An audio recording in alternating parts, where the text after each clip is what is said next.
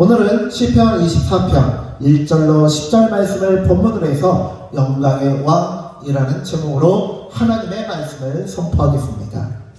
오늘 우리가 살펴보는 시편 24편은 일명 성소에 입장하는 의식을 치를 때 사용되던 시입니다. PPT 넘겨주세요.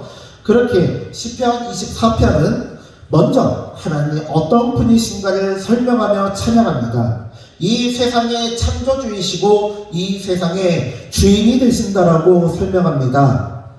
하나님은 이 세상의 주인이시다, 조물주이시다라고 선포합니다. 그리고 그러한 하나님을 찬양하는, 하나님의 성소에 입장하는 인간은 어떠한 자이며 어떠한 삶을 살아가야 하며 어떠한 자격을 가지고 있는지 설명하며 마지막으로 하나님을 찬양하기 위하여 모여든 그 성소에 그 인간들 가운데 입장하시는 하나님께 영광과 찬양을 올려드립니다.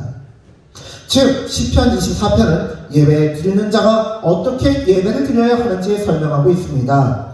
예수님은 요한복음 4장에서 사마리아 여인과의 대화를 통해 예배를 드리는 자가 어떻게 예배 드려야 할지 알려주셨습니다. 요한복음 4장 24절 하나님은 영이시니 예배하는 자가 영과 진리로 예배할지니라. 넘겨주세요. 네, 감사합니다. 네. 제가 빠뜨렸나 보네요. 죄송합니다. 네, 그렇다면 영과 진리로 예배를 드린다는 것은 무엇이겠습니까? 그것은 바로 오늘 본문인 시편 24편 3절에 나와 있습니다. 여호와의 산에 오를 자가 누구며 그의 거룩한 곳에 설 자가 누구인가? 이것에 대한 답은 바로 4절에 이어서 나옵니다. 곧 손이 깨끗하며 마음이 청결하며 뜻을 허탄한 데에 두지 아니하며 거짓 맹세하지 아니하는 자로다. 4절에서 손은 내려주세요. PPT. 네. 4절에서 손은 외면을 표현하고 마음은 내면을 표현하는 단어입니다. 이것은 종교적인 표현이 아니라 윤리적인 표현입니다. 즉 거짓 나사로와 같이 어려운 이들, 불쌍한 이들을 외면하지 않는다는 것입니다. 내 이웃의 것을 탐하지 않는다는 것입니다. 그렇게 예수님께서는 이런 마태복음 5장에서 이러한 말씀을 하셨습니다. 그러므로 예물을 제단에 드리려다가 거기서 내 형제에게 원망 들을 만한 일이 있는 일이 생각나거든 예물을 제단 위에 두고 먼저 가서 형제와 화목하고 그 후에 와서 예물을 드리라. 예수님의 공식적인 첫 부흥 집회 말씀 사경회라 할 수 있는 삼상수훈, 즉 산 위에서 베풀어 주신 교훈에서는 팔복 다음에 이 말씀을 주셨습니다. 예수님은 율법을 폐하러 온 것이다 라고 오해하는 자들에게, 그리고 율법은 불완전하다고 알고 있는 자들에게 불완전한 율법을 완전하게 하시기 위해 오셨다라고 말씀하십니다. 그리고 예배하는 자가 어떻게 살아가야 할지에 대해서 말씀해 주셨습니다. 왜 이렇게 말씀하셨을까요? 그것은 마태복음 5장 14절로 16절에 예수님께서 분명하게 말씀하십니다. 14절 너희는 세상의 빛이라. 그렇습니다. 우리가 이 세상의 빛이다라고 말씀하십니다. 이 세상의 소금이다 라고 말씀하십니다. 산 위에 있는 동네가 숨겨지지 못할 것이요 사람이 등불을 켜서 말 아래에 두지 아니하고 등경 위에 두나니 이러므로 집안 모든 사람에게 비치느니라. 이같이 너희 빛이 사람 앞에 비치게 하여 그들로 너희 착한 행실을 보고 하늘에 계신 너희 아버지께 영광을 돌리게 하라 라고 마태복음 5장 14절로 16절에서 말씀하고 계십니다. 우리의 착한 행실을 통해 하늘에 계신 우리 아버지께 영광을 돌리게 하기 위함이다 라고 말씀하십니다. 우리가 이 땅에서 죄를 지으면 하나님께서는 우리에게 그 죄값을 물으실 수밖에 없습니다. 하늘에 계신 아버지는, 하나님은 사랑이 많으신 우리의 아버지이시지만 동시에 이 우주를 창조하시고 운영하시고 통치하시는 공의의 하나님이시기 때문입니다. 창세기 4장 8절로 10절입니다. 가인이 그의 아벨에게 말하고 그들이 들에 있을 때 가인이 그의 아우 아벨을 쳐 죽이니라. 여호와께서 가인에게 이르시되 내 아우 아벨이 어디 있느냐? 그가 이르되 내가 알지 못하나이다. 내가 내 아우를 지키는 자니까. 이르시되 내가 무엇을 하였느냐? 내 아우의 핏소리가 땅에서부터 내게 호소하느니라.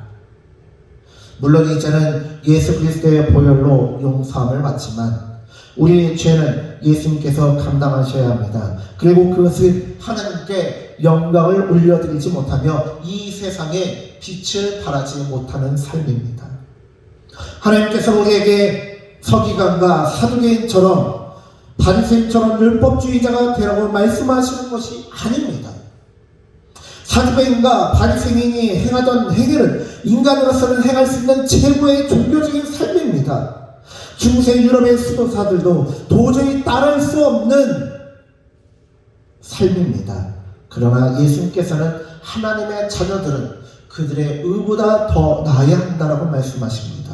마태복음 5장 20절 내가 너희에게 이르노니 너희 의가 서기관과 바리새인보다 더 낫지 못하면 결코 천국에 들어가지 못하리라. 하나님께서는 선한 사람, 착한 사람, 종교적인 열심과 율법을 정확히 지키는 자들만 하나님의 자녀로 인정하겠다는 뜻일까요? 아닙니다. 하나님께서는 나의 열심, 사람의 노력이 아닌 하나님과 동행함으로 저절로 주님을 알아가고 주님을 닮아가고 주님을 사랑하는 삶을 살라고 말씀하시는 것입니다. 로마서 13장 10절의 말씀을 살펴보겠습니다. 사람은 이웃에게 악을 행하지 아니하나니 그러므로 사람은 율법의 완성이니라. 무엇이 율법의 완성이라고요? 사랑. 돈을 사랑하면 형제 간에도 다툼이 끊이지 않습니다. 권력을 사랑하면 부모 자식 간에도 서로에게 칼을 들이댑니다.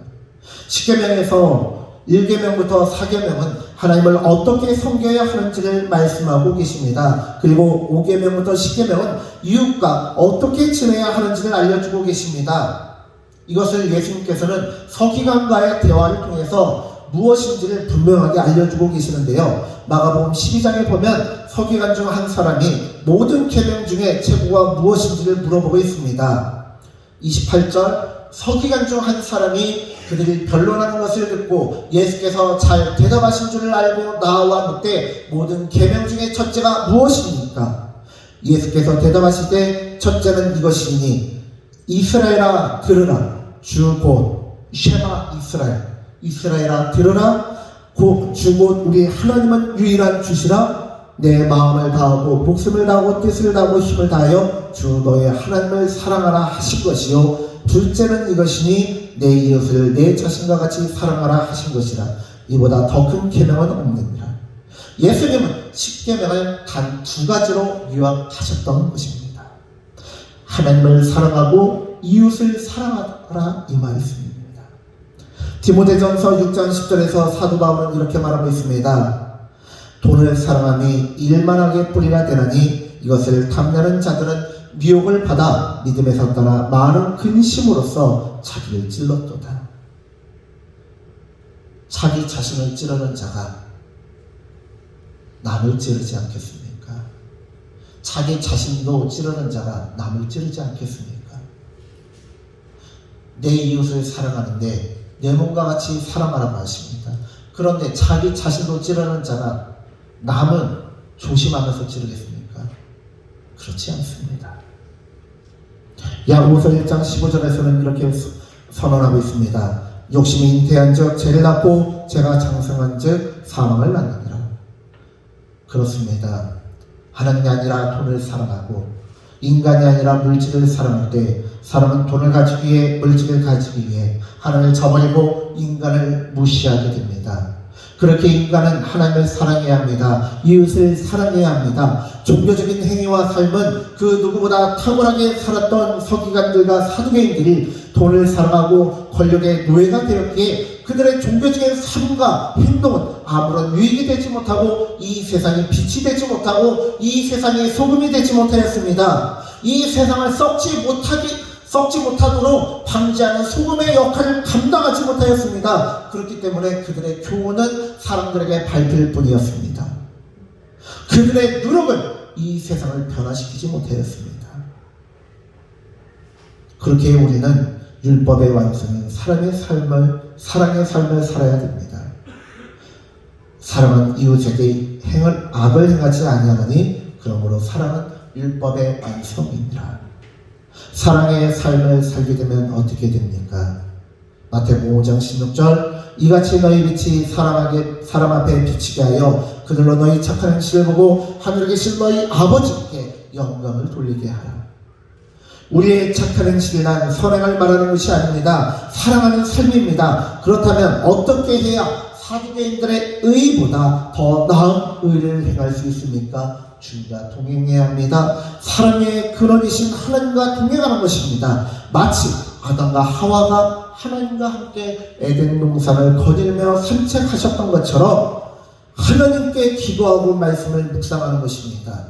그것을 시편 1편에서는 이렇게 말씀하고 있습니다. 오직 여호와의 율법을 즐거워하여 그의 율법을 주야로 묵상하는도다.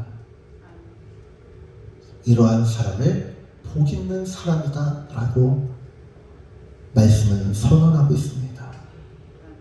그리고 시편 1편의 말씀을 본문에서는 한 절로 이렇게 설명해 주고 계십니다. 5절 말씀 그는 여호와께 복을 받고 구원의 하나님께 의를 얻으리니. 늘 하나님의 말씀을 묵상하는 자는 어떻게 된다고요? 복을 받는데요.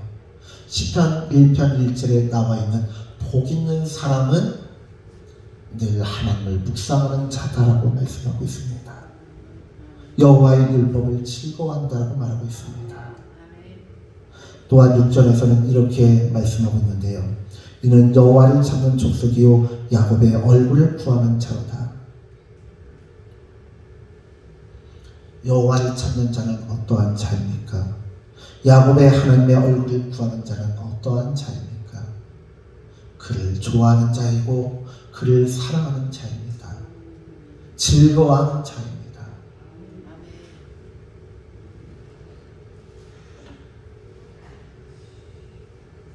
그리고 데살로니가전서 5장에서는 시편 24편 6절의 말씀을 이렇게 설명해 주고 있습니다.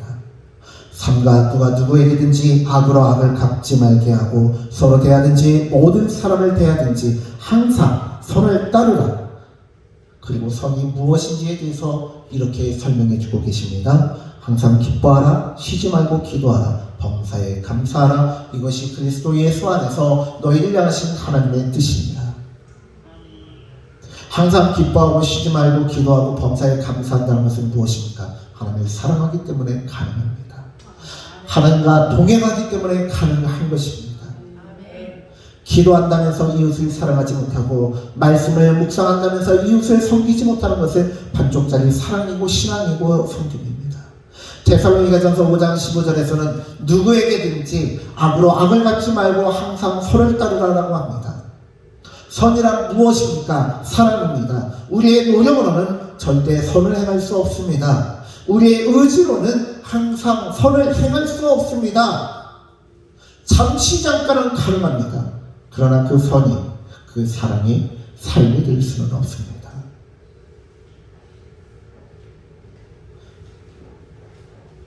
선이 삶이 되기 위해서 항상 선을 따르고 그 선을 행함을 즐거워하기 위해서는 오직 하나님의 은혜가 우리 안에 충만해요.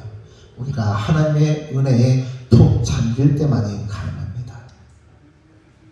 오직 하나님의 곁에 붙어 있어야만 가능합니다. 그렇게 우리는 기도하는 것이며 말씀을 묵상하는 것이며 그렇게 예배를 드리는 것입니다. 주여 우린 연약합니다. 오늘 하루하루를 삽니다. 이 복음성가의 가사처럼 우리는 연약하기 때문에 주님을 따르고 우리는 연약하기 때문에 완전하신 주님을 따르는 것입니다. 그렇습니다. 기도한다는 것은 내가 연약함을 인정하는 것이요, 하나님께서 완전함을 인정하는 것입니다. 말씀 묵상한다는 것은, 예배를 드린다는 것은 우리의 연약함을 인정하며 하나님의 온전하심을 인정하는 것입니다. 하나님, 우리를 도와주십시오. 우리는 주님이 필요합니다. 우리는 주님을 즐거워합니다. 우리는 주님을 사랑합니다.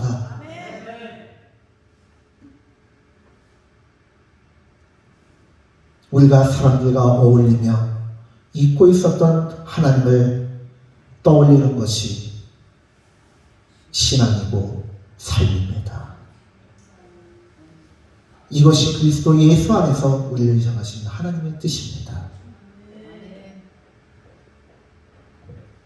사랑하는 성도님들, 우리의 삶을 통해 영광의 왕이신 하나님께 영광을, 찬송을 올려드리는 영광의 왕이신 그 하나님께 최고의 예배를 올려드리는 저와 우리 모든 성도님들 되시길 간절히 축원합니다. 기도하겠습니다. 하나님, 우리가 오늘 주님의 말씀을 살펴봅니다. 우리가 영광의 왕이신 하나님께 영광을 올려드리는 자 되게 하여 주시옵소서. 하나님을 사랑하기 때문에 늘 하나님을 묵상하며, 늘 하나님을 떠올리며, 늘 하나님과 동행하며, 늘 하나님의 말씀을 행하고자 하며 지키고자 하는, 준수하고자 하는 내 마음과 뜻과 정성과 힘과 생명을 다하여, 목숨을 다하여 주님의 말씀을 지키고자 하며 주님의 말씀을 즐거워하고 주야로 묵상하는 복 있는 사람이 되게 하여 주시옵소서.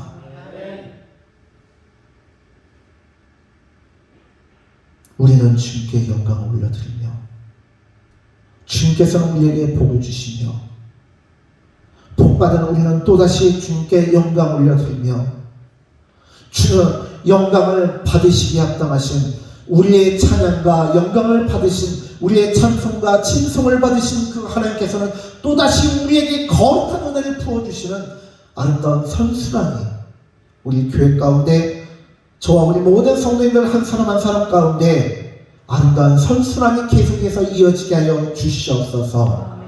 감사드리며 예수님의 이름으로 기도드립니다. 아멘.